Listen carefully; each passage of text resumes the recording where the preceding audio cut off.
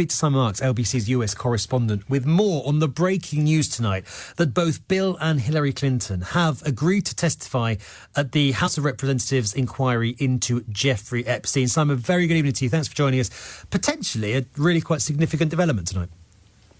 A very significant development, Ben, and a staggering climb down, a complete cave-in by the Clintons, who for months have been insisting that they would not testify before the House Oversight Committee, that they didn't even recognise that it had the right to question them about Bill Clinton's friendship with Jeffrey Epstein. They went to the mat, risking the possibility of contempt of Congress charges that almost certainly Republicans, joined by some Democrats, would have succeeded in passing.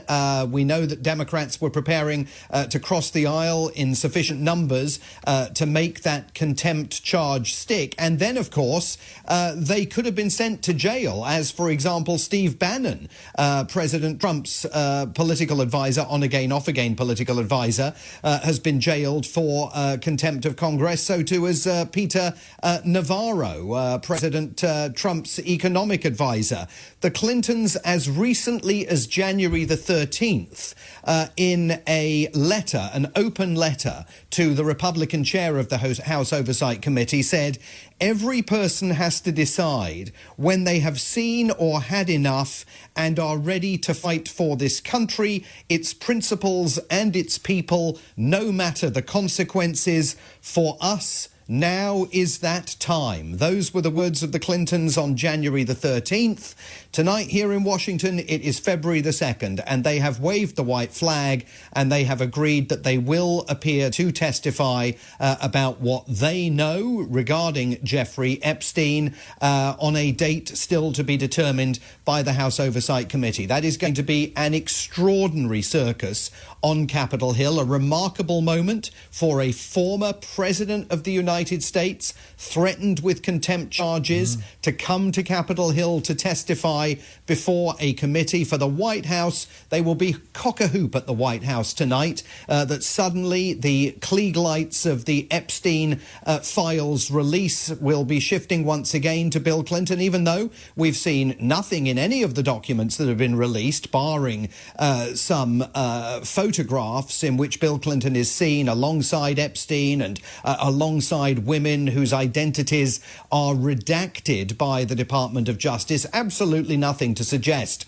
criminal activity by former President Bill Clinton in terms of his relationship with Jeffrey Epstein. But for the Republicans, this is a massive victory, especially given that Democrats on the committee were preparing to join them in pushing for those contempt of Congress charges against the Clintons. Simon, fully appreciate no date's been set yet. Would you expect this to happen quite quickly now? Because obviously there's going to be a huge amount of speculation and anticipation.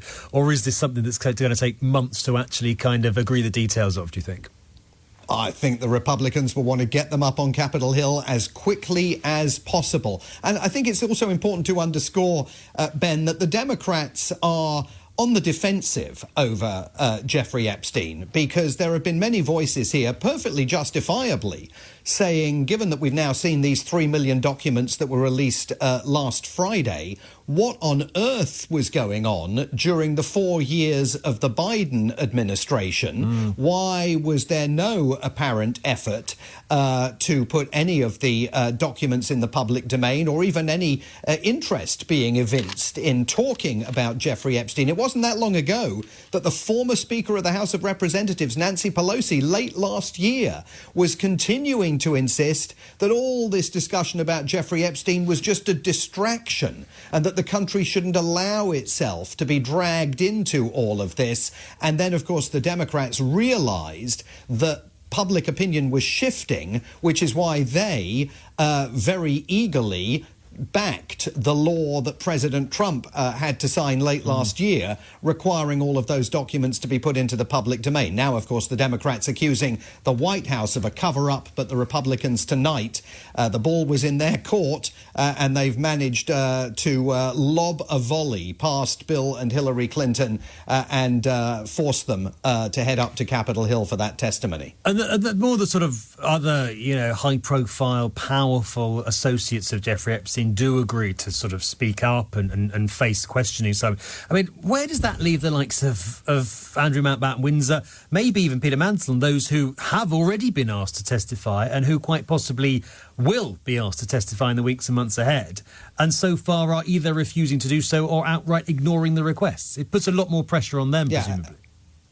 Yeah, pressure piles on them as a result of this. I mean, once the British public, let alone the American public, have seen the images of Bill and Hillary Clinton arriving on Capitol Hill, and you know, that's a very public area for them to be walking through. I mean, they may get taken through an entrance at the back, but they'll still ultimately have to walk in and out of the hearing room, and, they will be besieged by the press and by photographers, and possibly also by members of the public who will get a chance, perhaps, depending on the rules of engagement, to attend those hearings. I mean, that just mounts further pressure on people like Lord Mandelson and Andrew Mountbatten-Windsor. We know that the committee definitely wants to hear from Andrew Mountbatten-Windsor. My presumption is that, given everything we've all learnt about Peter Mandelson's contacts with Jeffrey Epstein, the committee will be very keen to hear from him as well. So pressure mounts on them. I've just finally a slightly different matter to ask you about. Donald Trump's plans to close the Kennedy Center arts venue where you are in Washington, D.C., named, of course, after President John F. Kennedy. What's the latest on that, and why has that kind of caused such a political row in Washington? Well, we now have some fresh news on that from President Trump. Remember that suddenly, yesterday, he announced that he was going to close the Kennedy Center for 2 years for refurbishment from July the 4th onwards. This after virtually every single artist and performer that has been booked to appear at the Kennedy Center refused to appear after Donald Trump put his name on the building and started calling it the Trump Kennedy Center. There were suggestions that the president was planning to knock it down like he's done to the East Wing of the White House. Tonight he has told reporters that he won't be tearing the building down. He said, "I'm not ripping it down. I'll be using the steel."